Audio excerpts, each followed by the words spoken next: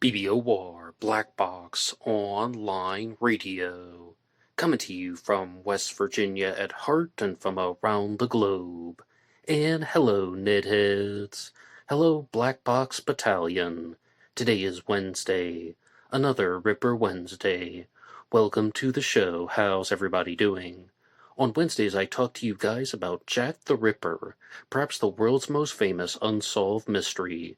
And in this episode, I will be joined later in the program by Dr. Chad Galuska, who's going to be talking to us about all things Ripper-related. But first, I would like to ask you guys a challenge question that I heard on the Rippercast. The Rippercast is a podcast dedicated to Jack the Ripper and the Whitechapel murders, and they did an interview with Paul Begg, a Ripperologist who needs no introduction. Paul Begg is, of course, the author of Jack the Ripper, The Facts, and I have a book discussion about that here on this channel. And he's also connected to other books such as Jack the Ripper, CSI Whitechapel, amongst others. A to Z might be more famous. And they asked him this question, and it was, what is one thing in the Jack the Ripper case that you are absolutely certain of? And he didn't have an answer for it. He's like, I don't know, I'll have to get back to you. Because this is a very good question, and I want to know your responses to this. What is one thing in the Jack the Ripper case that you are absolutely certain of? And I think it's a very challenging one because when I immediately heard that, I didn't necessarily have an answer either. I can tell you countless things that I believe are correct. I can tell you what I think about the Jack the Ripper case. But absolutely certain, that is, something that's very challenging because then you begin to think, now wait a second, maybe there's a chance that something else happened. Overall, I believe that one killer murdered the women, Polly Nichols, Annie Chapman, Liz Stride, Catherine Eddowes, and Mary Kelly. And, when you're saying absolutely certain, I even told you guys I'm 90% certain that Liz Stride was killed by the Ripper. So if we're going to say that should really just be 4 women. Nichols, Chapman, Eddowes, and Kelly were killed by the same person. I do believe that, but if I'm proven wrong, that I would accept the contradictory evidence. I believe that the Ripper did not write the letters, but I would accept the contradictory evidence. I believe that the Ripper entered Mary Kelly's bedroom on November 9th of 1888 through the door, not through the window by removing the newspapers and rags and pulling the lock open. I believe he entered through the door and he exited through the door. So those are just some things that I think are most likely true, but it's really a good question. What is one thing that you are absolutely certain of?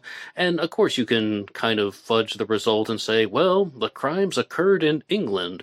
I am absolutely certain of that. I know you might be dealing with something like quantum physics, or maybe you're dealing with teleportation or something, and maybe Edgar Degas teleported from France to England and then took the women back to France, committed the murders, and then left the bodies in England using black magic or something to that effect. But things like that are not serious, and they aren't taken seriously, and people are going to say all kinds of things. And you even have more realistic, outlandish theories out there, such as it was Queen Victoria the whole time, and that she was Jack the Ripper. So, yes, of course, the crimes took place in England. That would be something I'm absolutely certain of. But that's not really what I think the question was asking. So I would like to ask you guys that. What is one thing that you are absolutely certain of in regards to the Ripper murders, to the Whitechapel murders, and about the Jack the Ripper case? Please put your idea in the comments section down below. And I would also like to continue this discussion on the Rippercast because they were interviewing Paul Begg and they were asking him what he thought about the Jack the Ripper suspect Aaron Kosminski. Now, Aaron Kosminski may have indeed been Jack the Ripper, but he was very on the fence and very unwavering.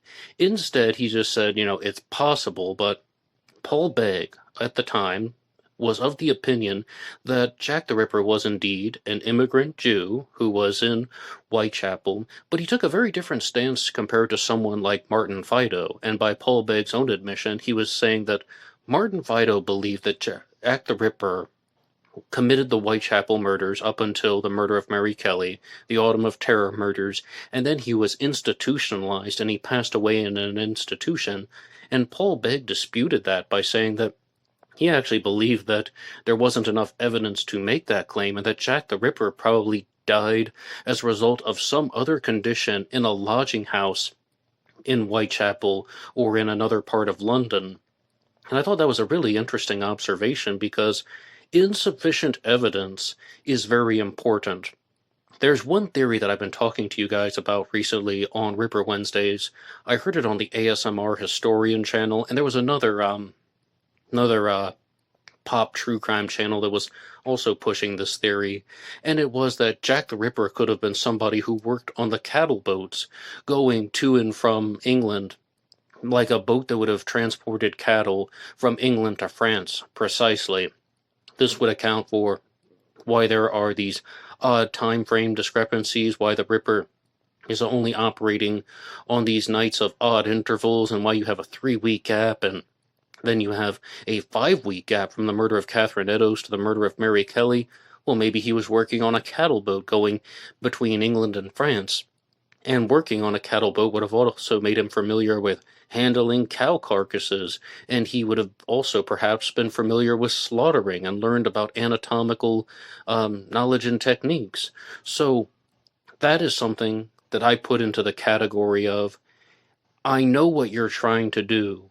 On the one hand, you're leaving no stone unturned, but at the same time, I don't think there's sufficient evidence to say that Jack the Ripper worked on a cattle boat. And that's the type of mentality that Paul Begg was using, even though he's talking about a different subject.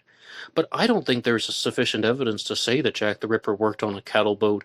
That's somebody looking at the gaps in the information, and then they are filling the gaps with a desired outcome. Oh, well, here's a possible explanation as to how the crimes could have been committed. Here's a possible explanation for the time frames. Here's a possible explanation to explain how this serial killer was able to cut out organs from the women's bodies. But at the same time, is that what really happened? Could you not provide another equally plausible explanation? Could you not also find another occupation that would require travel and also allow someone to know a thing or two about the human body? So I really found that, I guess, if we're going to talk about things that you're absolutely certain of, it's really difficult. Things that you're most likely certain of, well, I mean, if I can be very honest with you, I don't believe Jack the Ripper worked on a cattle boat for every reason that I just said. I think that they took the gaps in the information and they just chose a profession that might make sense. That goes into the category of maybe it's true, 5%, 10%. Instead, I would perhaps propose that Jack the Ripper was indeed a Whitechapel resident or living in the vicinity in London, and maybe there's just a very simple explanation that he didn't have bloodlust every night in the Autumn of Terror, during the autumn in Whitechapel. So what do you think about anything that I've said in this introduction? And I just wanted to vent and throw some things out there. It was a great episode of the Rippercast, and I always like listening to Paul Begg because, he has made a very large impact on the world of Jack the Ripper research out there.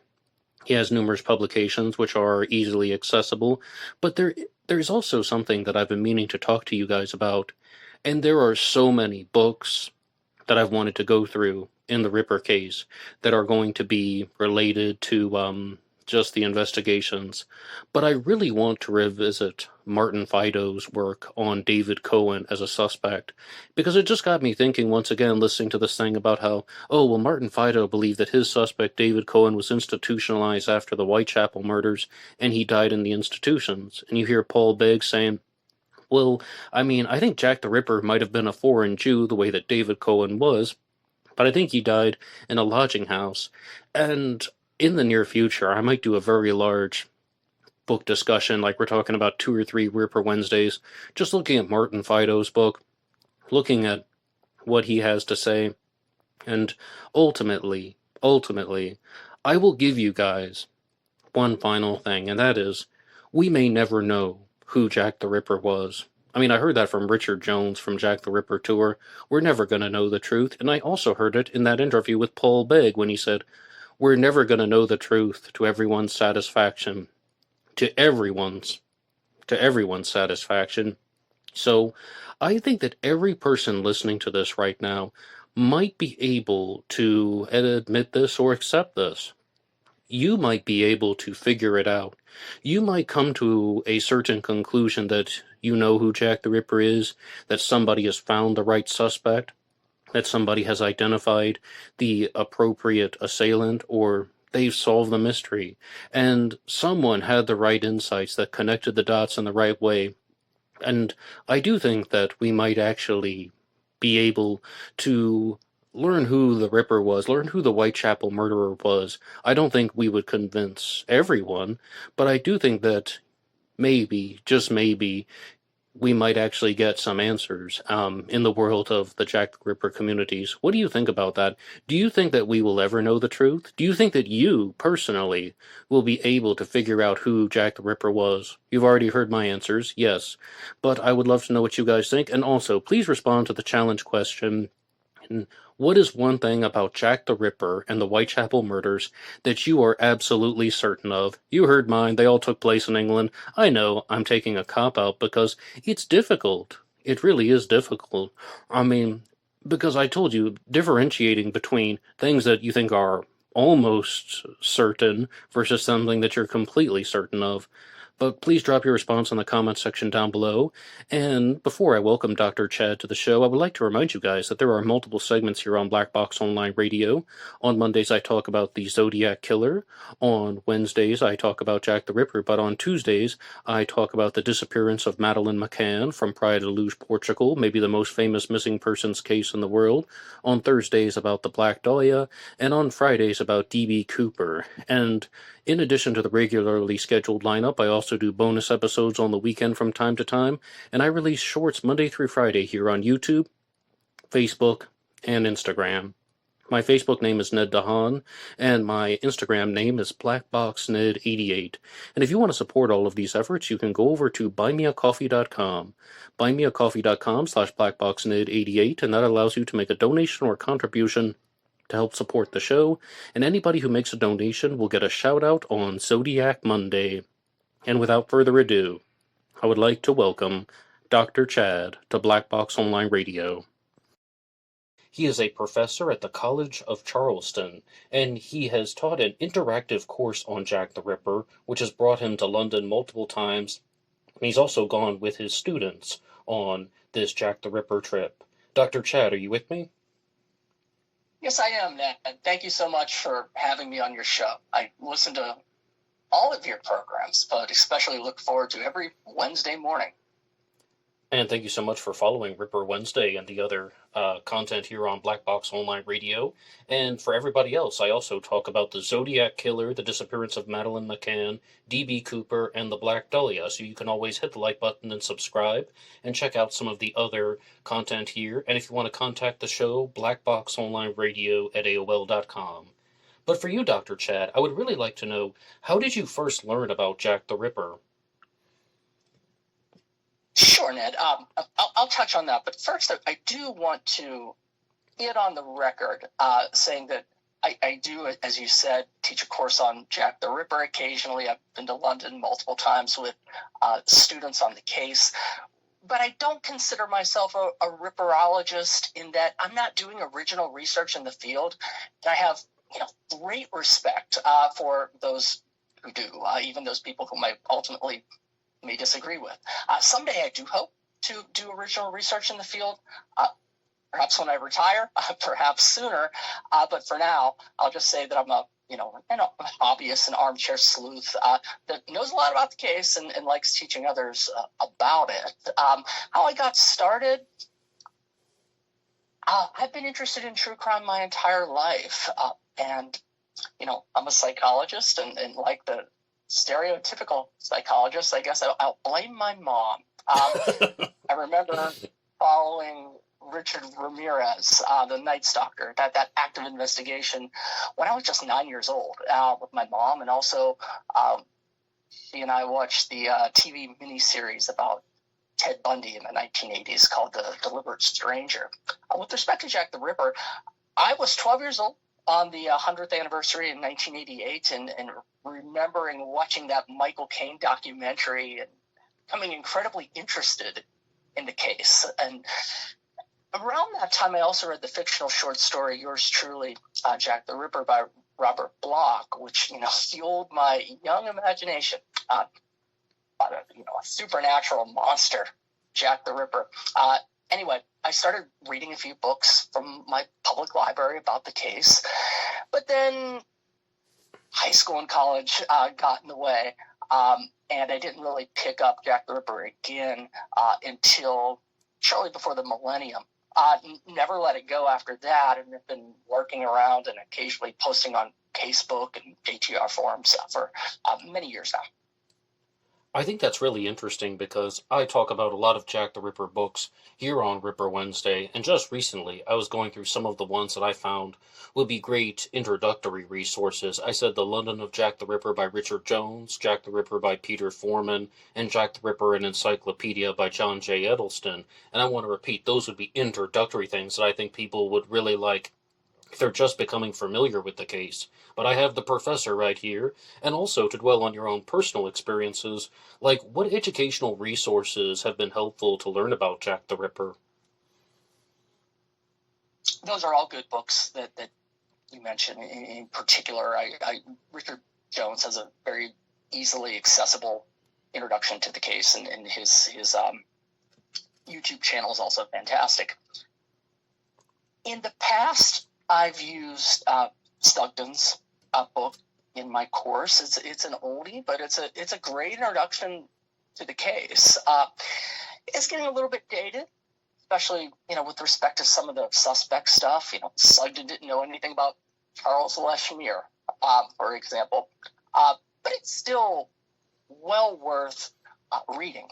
Today, the first Jack the Ripper book I would recommend to someone new to the case would be Begg and Bennett's Jack the Ripper, 30 CGI crime scene reconstructed in forensic detail. Long title. I absolutely love this book. It's one of my favorites. It's a concise, accurate summary of the case, but what separates it from the pack is that it's chock full of maps and CGI reconstructions of the actual crime scene to get a really good idea of what Spitalfields and Whitechapel look like. Particularly for someone new to the case, you can understand things much better when there are illustrations associated with the narrative. And in my opinion, this book is just the best. Begg's definitive history is also excellent. The Ultimate Jack the Ripper companion by Evans and Skinner is just indispensable, maybe my favorite research book, because it contains all of the police files and press reports. The primary source data is right there. For those into suspects, Robert House's book on Aaron Kosminski, Jack the Ripper and the Case for Scotland Yard's Prime Suspect, is superb. And if you really want to dig deep into the early murders, my hands down absolute favorite book on the Whitechapel murders, the early ones, for not introductory, but for more people advanced in the case, is Tom Westcott's The Bank Holiday Murders. It is the only book that completely changed the way I've been thinking about these crimes. Yes, and I think that it's really important to note that certain books can become dated. Like you just mentioned Philip Sugden's The Complete History of Jack the Ripper, and about how it's not going to cover all the suspects. And sometimes in the comments section, people are going to say things like, hey, you're doing this weekly segment about Jack the Ripper, but is there really anything new that comes out about Jack the Ripper? And I'm like, yes, all the time, even in the 21st century. We just had the DNA debacle about 8 months ago, that recycled news story, but Jack the Ripper made the world headlines. But also, you brought up a very good point. Certain suspects get discussed in a different light, like Charles Cross, Charles Lechmere, but also new suspects come into the public sphere in the discussions, like Hyams. And I just praised John J. Edelston's Jack the Ripper an Encyclopedia, but it has the same problem. Once it gets to the suspect section, I was like, I would really love to have read a segment about this particular suspect, whether it was Charles Lechmere or Hyams. but this book was written before they were widely discussed. So, I mean, it really is important to keep up with the newer publications. I mean, I agree completely. But you've spoken highly of Tom Westcott's books, and what did you like about them? Oh, the main reason why I just love the Bank Holiday Murders is that Westcott, he convincingly, at least to me, demonstrates that Marianne Connolly, Pearlie Paul, was lying about being out drinking with Martha Tabram and two soldiers on the night of Tabram's murder. No, she wasn't exaggerating. She wasn't misremembering. She was outright lying. Why? Well, one reason is that the police canvassed the area looking for witnesses. And here we have, and Tom Westcott makes a better case than I will. I'm just summarizing it. But, we have two middle-aged women living in poverty, dressed shabbily. And no judgment, but this is who they were. Out drinking and carousing with two young privates in military uniform. That would be noticeable to anyone, anywhere, in any time. They would stick out like a sore thumb. And we actually have something similar going on in the Lestrade murder, where Stride and the gentleman that she was with were basically laughed out of a pub earlier on the night of her murder, but precisely for this reason. In any event, no one saw Pearlie Paul and Tabram with soldiers, and the only sighting we have of Tabram on that night is from, I believe, her sister-in-law, and she was alone. And so there's no evidence at all that Pearlie Paul was with Tabram, and so you have to ask yourself, why was she? Why did she just want publicity? Perhaps, but Westcott argues that it's much deeper than that. That she may have been put up to it by her landlord, John Satchel, who was one of the Doss House owners. That Westcott refers to him as the Lord of Spitalfields. That they owned the Doss houses. They were deeply involved in organized crime, and perhaps they were covering up for the murderer. And that's a really good question that's worth additional investigation and ultimately might blow this case wide open. So that new avenue of investigation and a different way of thinking about the Tabram murder, I just cannot recommend Westcott's book enough. And this brings up some very big questions, but just for the audience, we're going to go back to August 6th and 7th of 1888 for the murder of Martha Tabram, who is a pre-canonical victim, although some people insist that she was actually killed by Jack the Ripper. But when I did my episode on Pearlie Paul, I asked a very blatant challenge question to the audience.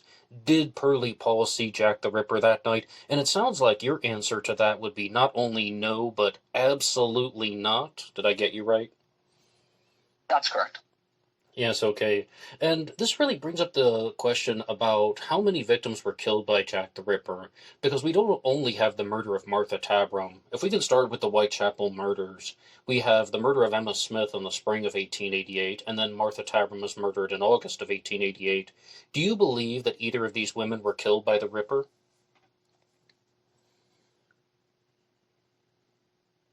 That's a great question, Ned. I will say that I'm 75% probability, and I'm just making that number up, but more than chance, that Tabram was a Jack the Ripper victim. And moreover, and this is where it gets perhaps more controversial, that I think that if you include Tabram as a Jack the Ripper victim, you seriously have to consider Emma Smith as a Jack the Ripper victim. There are too many similarities there. Okay, well, really. So, I know your responses because you've read them out in the comments section on Black Box Online Radio, but I'm going to ask this for the audience so that they can hear this. Let's go through the differences between the murder of Emma Smith and the other crimes that were committed by Jack the Ripper. Number one, we have the time frame. Emma Smith is killed in the spring of 1888, and Jack the Ripper, of course, operated in the summer and fall. We call it the Autumn of Terror. Martha Tabram is also a summer victim, but Emma Smith reported that she was attacked by multiple people, multiple assailants. Emma Smith was sexually assaulted. She was a victim of penetration by a foreign object. And unlike the Ripper victims, Emma Smith survives long enough to get back to she gets back to her lodging house, right? Then she goes to a hospital where she gives this report of three people attacking her, and ultimately she passes away.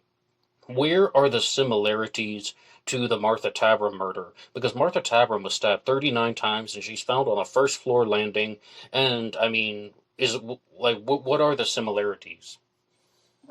Well, besides victimology, you have the case if you go to Spitalfields, where Martha Tabram was found is a couple hundred yards max from where Emma Smith was found. Now, that alone doesn't tell you much. That area was concentrated with the doss houses where many of the victims lived. But these murders are almost right on top of each other. Secondly, Martha Tabram, we talk about her having 39 stab wounds, but she, if you read the coroner's report, one of those wounds was, I'll just say, consistent with the wound that ultimately killed Emma Smith, although it's vaguely enough described that possibly is a debatable point. The issue that I have with Emma Smith is I don't know if she was telling the truth. If we take her story at face value, she was attacked by a group of young men and eventually made it back to her doss house. But the site of her attack on, I believe, close to the corner of on Osborne Street and Whitechapel Road, a little bit up Brick Lane, is again 2-minute walk, 5-minute walk, 15-minute walk if you're if you're bleeding to death, but very close, a couple hundred yards from her doss house. Why does it take 2 hours from the time of her attack to when she appears at the doss house? The only explanation you can give is she was unconscious and lying in the street. Absolutely. And perhaps so, but why didn't anybody see her? Brick Lane wasn't exactly deserted. PCs were going up and down the street. Nobody saw her. So an argument that you could make, and what Tom Westcott makes, actually, is that story was fabricated. She may have been attacked somewhere completely different, which is why no forensic evidence, no blood was found at the spot where she said she was attacked. She could have been attacked elsewhere, perhaps in her doll's house, and she didn't know she was going to die. And there's a lot of pressure and power being exerted over her. If you want a place to live, you're going to have to say this story, and then we'll take you to the hospital. And so I don't know if she was telling the truth, and that's conspiratorial, but you also could think about it like this. Maybe she really was attacked in the street, sort of like what she said, but maybe it was later in the night, maybe it was just one person, but she doesn't want to tell the doctor that she's out engaging in sex work, and so she makes up a story. That's also possible. So I don't know how to take the story, but if we look at the fact that genitalia was targeted in Emma Smith, it also was targeted in Martha Tabram. We have two victims that are being attacked and live very similar in location, and they're more similar than not. I would argue. Now there are differences between these and the next set of murders, beginning with Nichols, and so that's why I think these are early Jack the Ripper murders, but I wouldn't be shocked if they weren't. But I think that if you accept Tabram, at least you need to take a second look at Emma Smith. Well, I would gladly take a second look at her case, but you said there's about a 75% chance that Martha Tabram was killed by Jack the Ripper. What percentage would you give to Emma Smith being a Jack the Ripper victim? A little less than that. Maybe a little less? Flip. Like, how much? Like a coin flip, 50%. Oh, 50%. Oh, 50% chance. Well, I still think that that's quite high for some people's estimates. I mean, I think that a lot of people in the comment section here on Black Box Online Radio would perhaps say 0. A lot of people are just completely dismissive of the murder of Emma Smith, and I think you're relatively aware of that. And, I mean, I'll always be open to the possibility. For me, I would put a little bit less than 50%, but that's just my take. It's interesting that you say 75% for the murder of Martha Tabram. On my episodes, I gave that an 80% chance, so it's roughly in the same ballpark. But then you must have dealt with these people even more so than the naysayers. Dr. Lee Meller openly said this on the Citizen Detective podcast, that Jack the Ripper did not have 5 canonical victims. There are the canonical 6. Martha Tabram should absolutely be included. And I think that might be, I mean, it's a defendable statement. I just don't think there's 100% supporting evidence to a 100% degree level. I mean, what would you say to that? Yeah, first,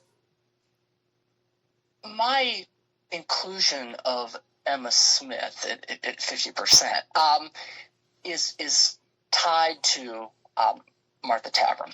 So if you don't think Tabram was a Jack the Ripper victim, then Smith isn't either. And I understand that. I guess my pushback would be to those individuals who are given like a 0% chance for Emma Smith, but include Martha Tabram. I think that needs re-examined, because to me, these crimes are more similar than different. If forced to, the statement that the canonical 6, basically including Tabram at 100% levels. That's what he was referring to, yes. Right. If given a choice, do you agree or disagree? Well, I more agree than disagree. I think it's more probable that she was a Jack the Ripper victim than she's not. So I don't want to, say that individual was wrong. I tend to agree with that. But like you, I'm not 100% convinced.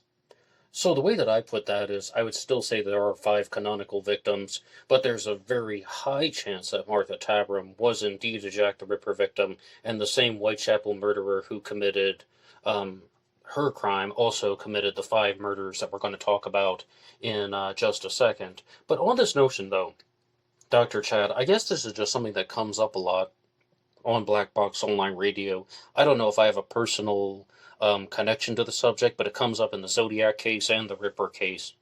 And that is, a lot of people begin to notice that there are differences among certain crimes. And do you believe that there is any evidence that the Whitechapel murders, specifically, let's say the canonical 5 Ripper victims, were killed by multiple killers? Let's focus on the canonical 5, or are they absolutely all killed by the same person?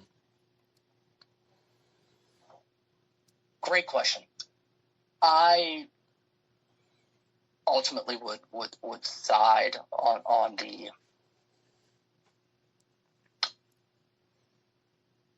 contention that Jack the Ripper was one person. However, you could make the case that, if we're constricting this to the canonical 5, Elizabeth Stride was seen with lots of people. There was, she was observed being attacked, and then there was a pipe man, also on Burner Street. Maybe that was a lookout. If you go to the Mary Kelly case, someone, well, we believe it was George Hutchinson, but somebody was standing outside in Miller's court. Is that possibly a lookout? Going the whole way back, not canonical, but to Emma Smith. Well, maybe she was telling the truth, and maybe she was attacked by a gang. That would be further evidence of more than one killer. So you could make that case, and it would help explain how Jack the Ripper got out of, almost impossible circumstances.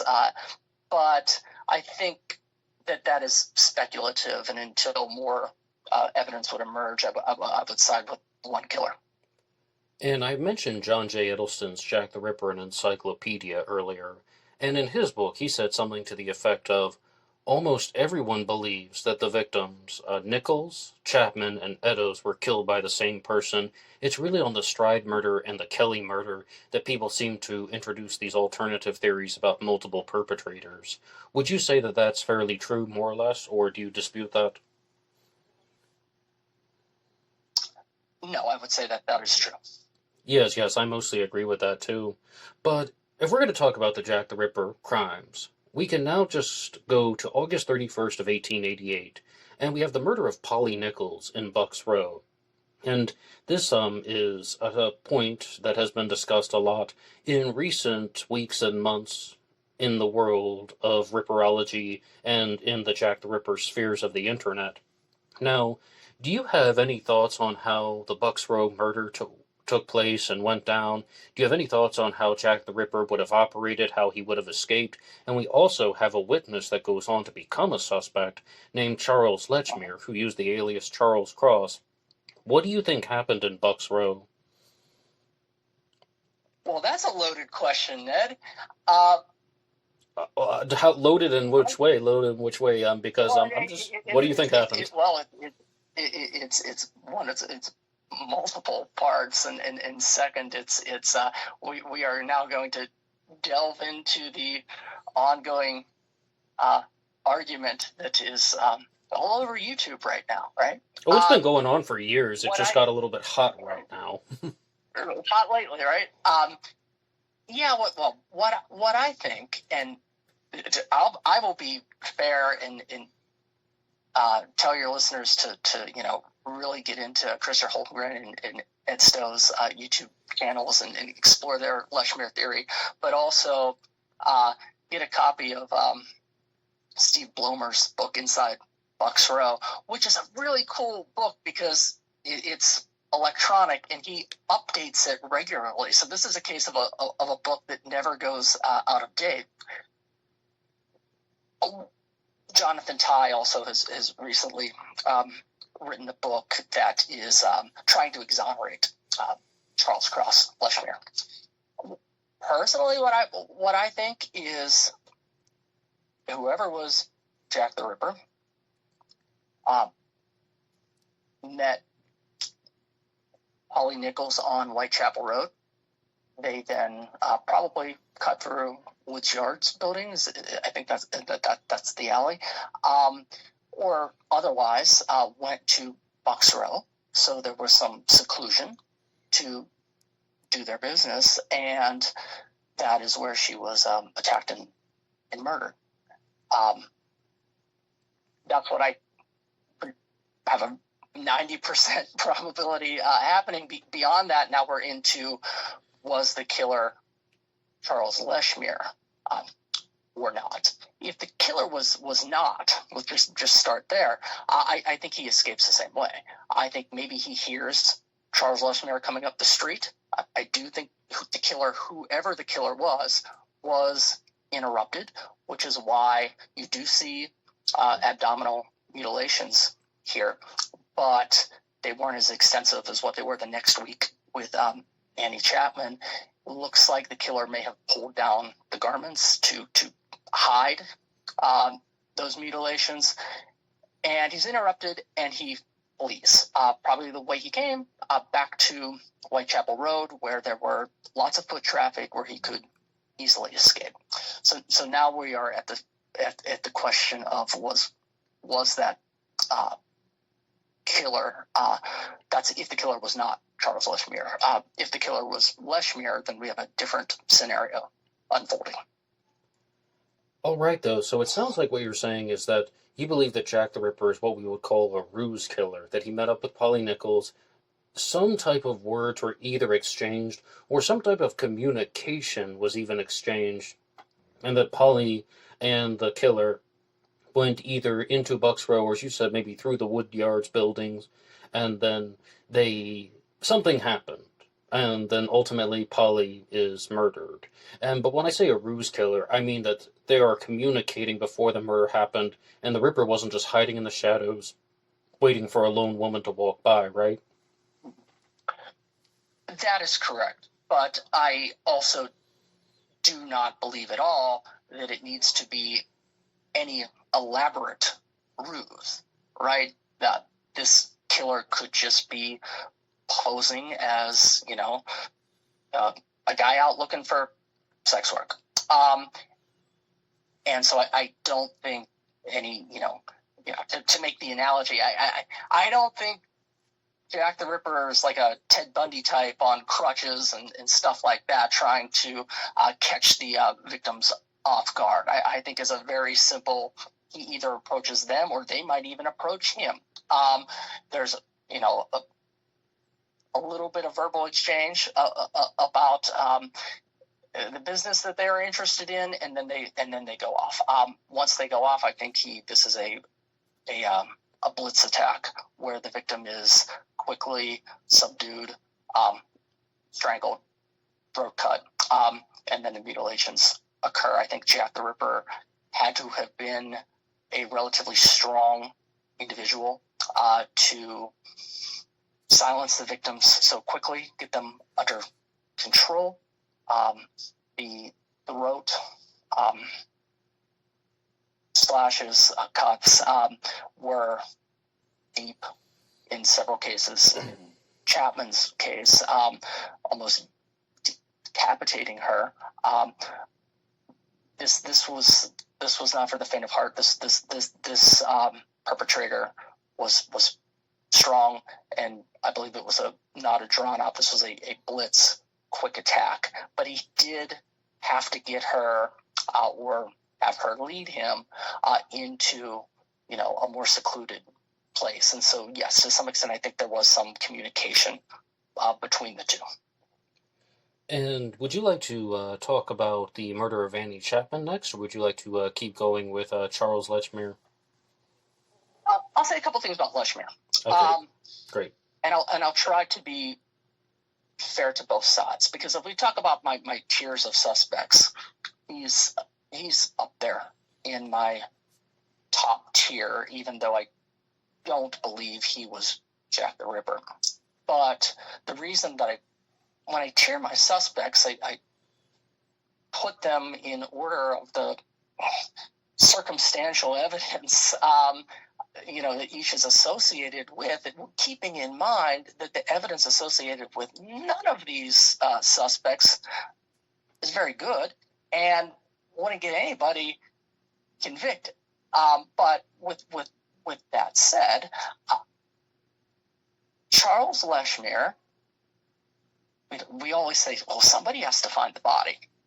But Charles Lechmere was the only person found by somebody else standing by a body. And that matters. And the very first thing that the police would need to do in a situation like this is to rule Charles Lechmere out as a suspect. And by all available evidence, they did not. That would be like, a woman gets murdered and the police fail to look at her husband as a suspect. Okay, the first thing you do is rule that person out. Charles Lechmere is found standing in the street near Polly Nichols. We have to rule him out, and maybe he's unlucky. I think he's very unlucky, but it might be the case that he was the murderer. And if he was the murderer, he's a psychopath for a couple of reasons we could talk about if you want. I'd love to. But Well, okay, so one reason is that he immediately snaps into character, convinces Robert Paul well enough. Then he, and Christopher Holmgren, credit to him for this theory. He talks his way past the police.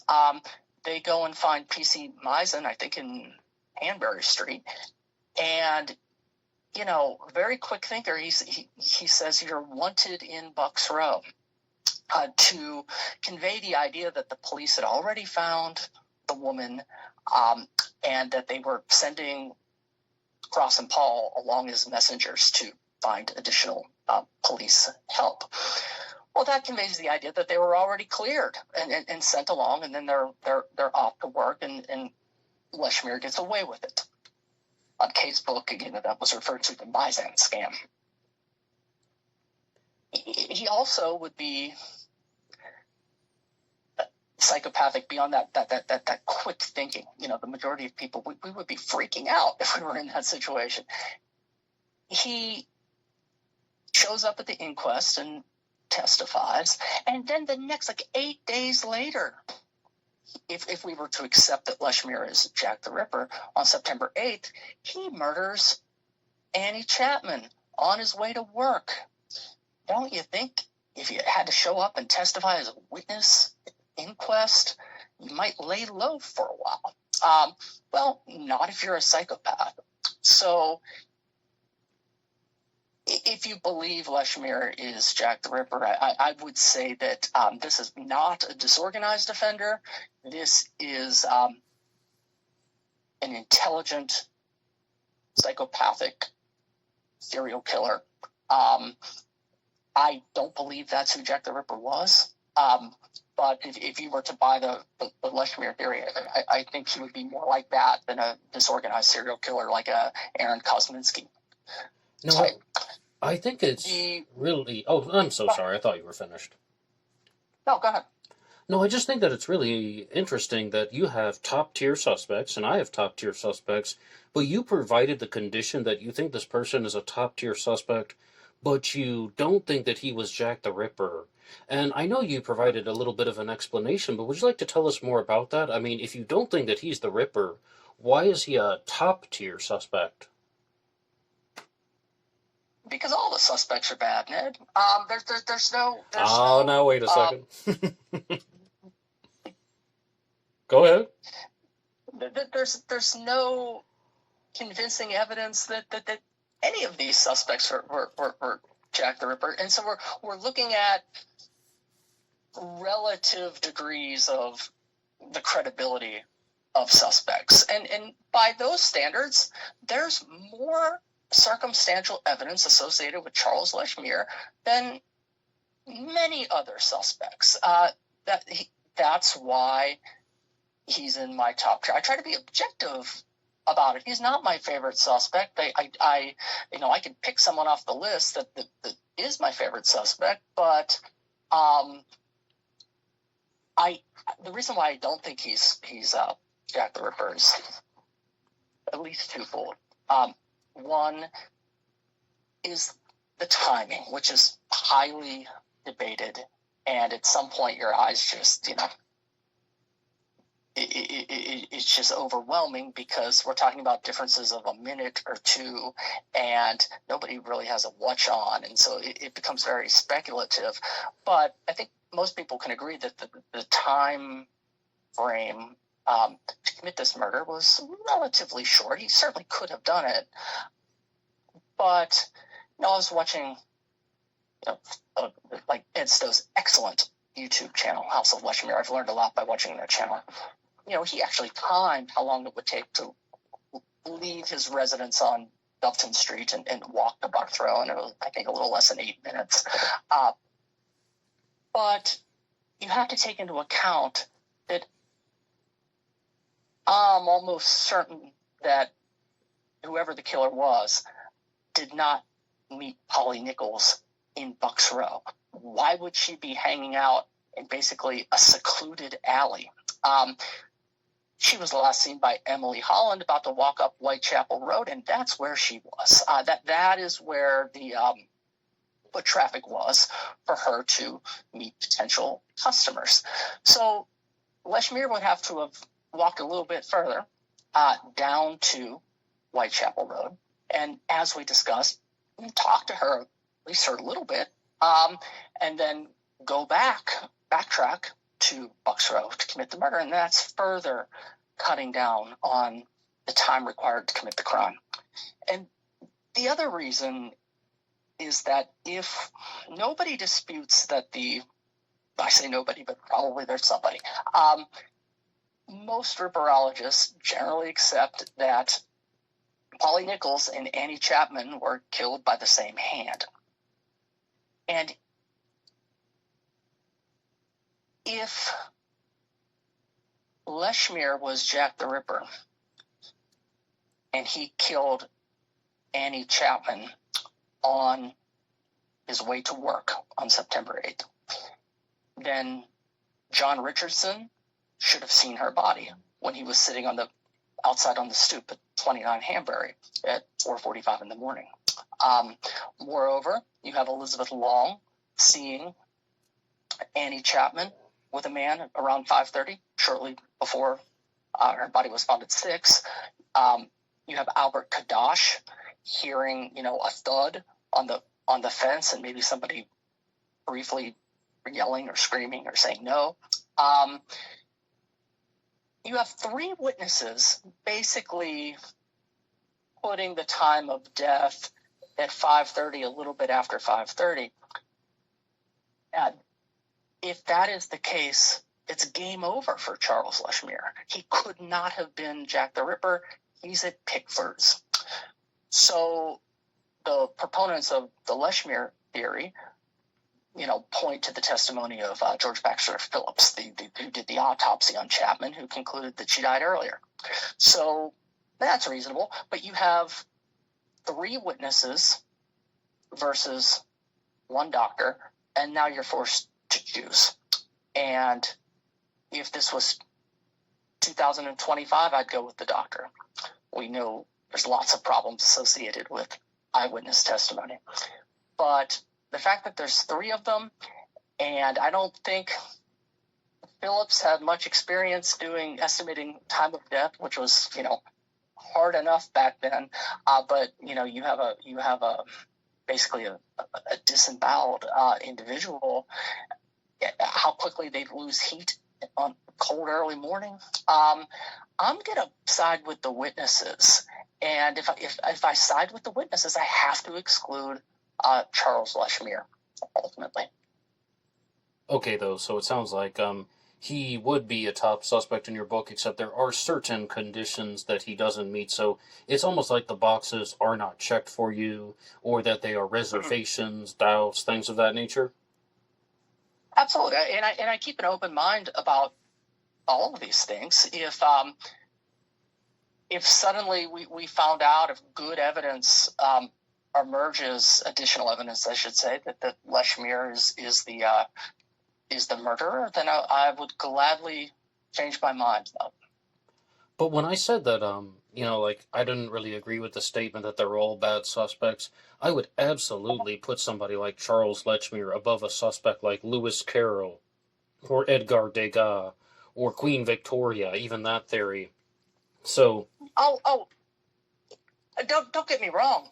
I'll go farther than that. I put Charles Lechmere well above people like Joe Barnett, well above people like George Hutchinson, reasonable enough suspects. So we don't have to compare Lechmere to, these fringe suspects. I think Lechmere is a, darn good suspect, relative to the others. All right, though, so, if you did bring up George Hutchinson, he is not a suspect that we were really planning on talking about, but I think that he is one of the most fascinating Jack the Ripper suspects. And one of the reasons why is because when I started this segment, Ripper Wednesday, somebody in the comments section was trying to convince me that George Hutchinson was Jack the Ripper, and, he was being somewhat rude and condescending, but ultimately, over time, I've seen other things that would indicate that Hutchinson was the Ripper, and this person didn't really provide the evidence, just making the claim that he's the top suspect. And again, the more that I look into not only the Jack the Ripper case, but also into criminology, I can see why people suspect George Hutchinson. George Hutchinson, the witness, after the, or I should say, on the night of Mary Kelly's murder, George Hutchinson claimed to be in the area, that he saw Mary Kelly, that he saw her with a man. He provided an extremely detailed account of the man's physical appearance, and that he says he waited in the cold for approximately 40 to 45 minutes, and then, that just seems like an odd thing. But what that means is he's at the crime scene, and he doesn't belong there. He inserted himself into the story. There are all of these suspicions that line up with guilt, more or less. But what do you think about George Hutchinson? Why is he not Jack the Ripper? Why is he? Well, just give me your thoughts about George Hutchinson as a suspect. Give me your thoughts all across the board. I don't believe his story. I think that witness statement is elaborated at best. I don't believe he saw what he saw. I think that would have been impossible. To know the person's shoelace, the holes in their shoelaces and things like that. He inserted himself into the case. He puts himself at the crime scene, but only after another witness says that they saw a guy standing in, outside of Miller's court. And this was a couple days later, so that is suspicious. Perhaps he thinks he's been seen, and he's trying to come up with a reason why he might be there. So I think he's a suspect worthy of investigation. You can't connect him to any of the other crime scenes, but you could say that about every suspect. Edward Stowe brings up an interesting point of where he was staying, that particular lodging house had pretty tight rules of who's coming and going and keeping good records. And we know that George Hutchinson was interviewed extensively by the police, Aberlin. Presumably, they went to his place of residence and ruled him out as a suspect, much like they did Joe Barnett. And I would like to thank everyone for listening to part 1 of my interview with Dr. Chad Galuska. And if you have any responses, I would love to read them in the comments section down below. And please tune in next week on Wednesday when we are going to continue our discussions about Jack the Ripper. And I would really love to know your response to the challenge question at the beginning. What is one thing in the Jack the Ripper case that you are absolutely certain of? One more time, I am your host, Black Box Ned. You know where to write the show, blackboxonlineradio at AOL.com, blackboxned88 on Instagram. My Facebook name is Ned DeHaan, but there's also a Black Box Online Radio Facebook page. The images that you see for this program are archived at True Crime Designs on Facebook, and there is also a download page for this if you want to get this show as a podcast on Spotify and Apple Podcasts, anywhere you get your podcasts, under the names Black Box True Crime or Black Box Podcast. And I will see you next week. Until next time.